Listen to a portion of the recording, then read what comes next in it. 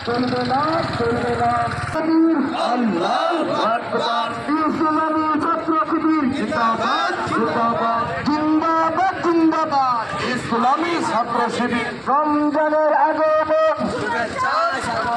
রমজানের আগমন শুভেচ্ছার স্বাগত দিনের বেলায় পানাহার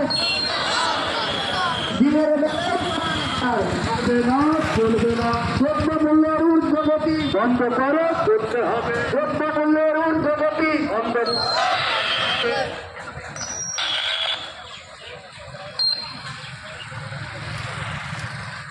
নারায়ণ